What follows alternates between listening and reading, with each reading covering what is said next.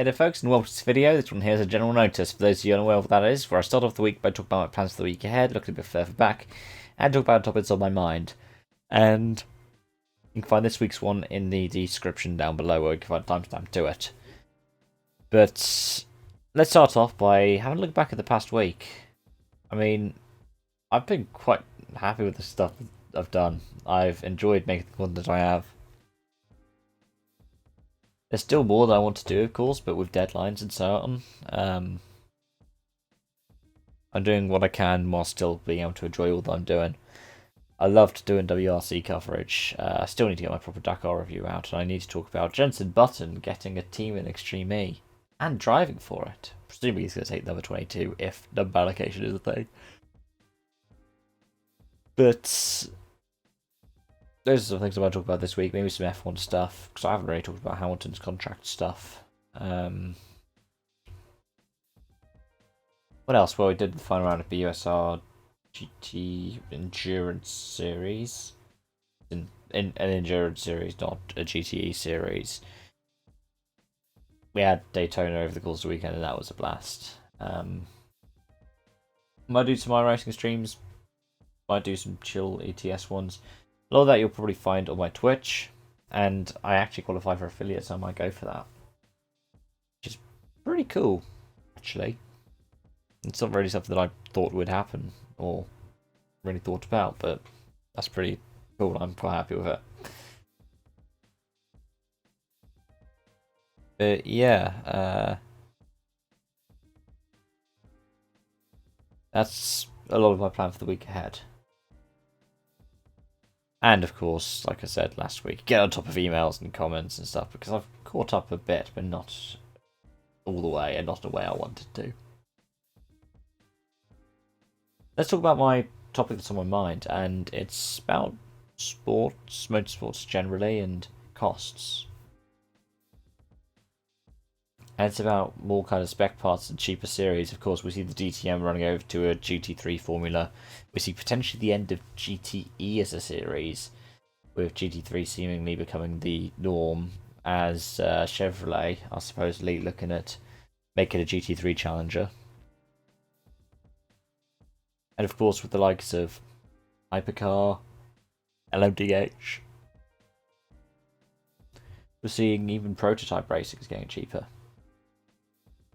So I want to ask, should that be extended across all series? Yeah. That's my thought, and that's been it for quite a long time. It's nice to have cars that break records. That's pretty cool. But what's better is having the competition there.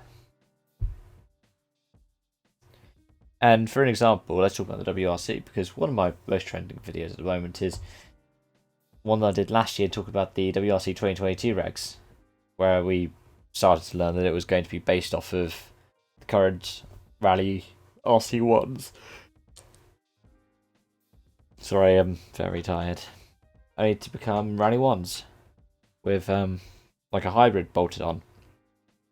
And I mean, I've been quite critical of that out and out, because I don't see why, especially with the motor industry, the current way it is, as my cat walks into my room. Hello. I don't see why WRC should go all that way in terms of costs. I think the R5 base, the hybrid bolted on, which is what R5s are going to become, Rally 2 is actually going to become that, is the best way to go. Just from a cost point of view, you get more manufacturers involved, you get more teams involved. And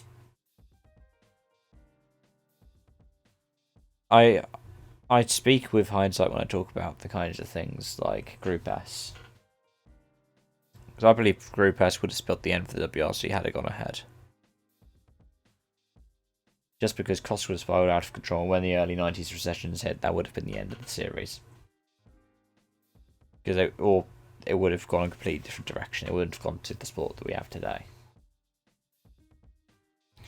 But by dialing it back to Group A's, and that was decided after, well, largely Toivonen's accident, that cost the lives of himself and Sergio Cresto.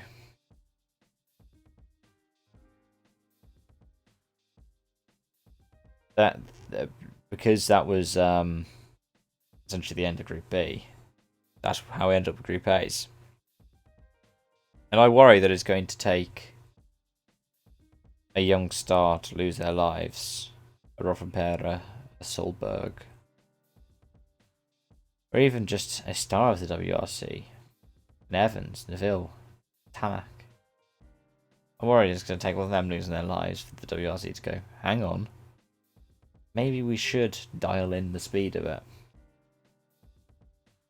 Because for me, the WRC is the spectacle. And when the cars are too fast to run on Emporia as a stage, when it's too fast and too dangerous to do that, when they're having to figure out how to add in chicanes in Finland so the classic stage is still runnable, when the cars are too dangerous to take through more and more forested sections, that's when we really need to consider what's happening in rallying with safety and the spectacle, because it's nice to see cars going fast and sliding, but they don't have to go. They don't have to be going 20 to 30 kilometers per hour faster for us to enjoy them. And sure, there's also the challenge of basically these being circuit cars with the way the aero works, which is a very interesting thing, especially for tarmac rallies. But one, is expensive, no matter how much the aesthetic get to, even though the R5s don't necessarily look as flashy or as powerful or anything. Just think about this. Group A's weren't as powerful as Group B's. Within years they were breaking records. And I know I said don't think about the records, but even then, like, the competition was there. Sure, Lancia dominated early on, but then you had Toyota, you had Ford, you had Mitsubishi, you had Subaru. The World Rally Car Formula came along to kind of straight line it a bit more. You nearly had Proton, you did have Seat, you had Skoda, you had Peugeot come back, you had Citroen. You had Hyundai. And of course you had your Toyotas, Mitsubishis, Subarus, Fords.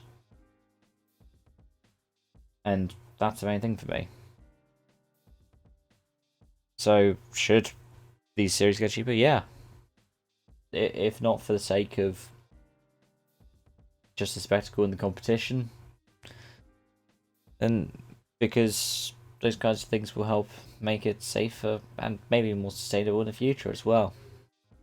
Not necessarily spec parts, though I would argue case for spec parts in series like F1, FE, much along the lines of what you see in other kinds of sports like that around the world, or have seen.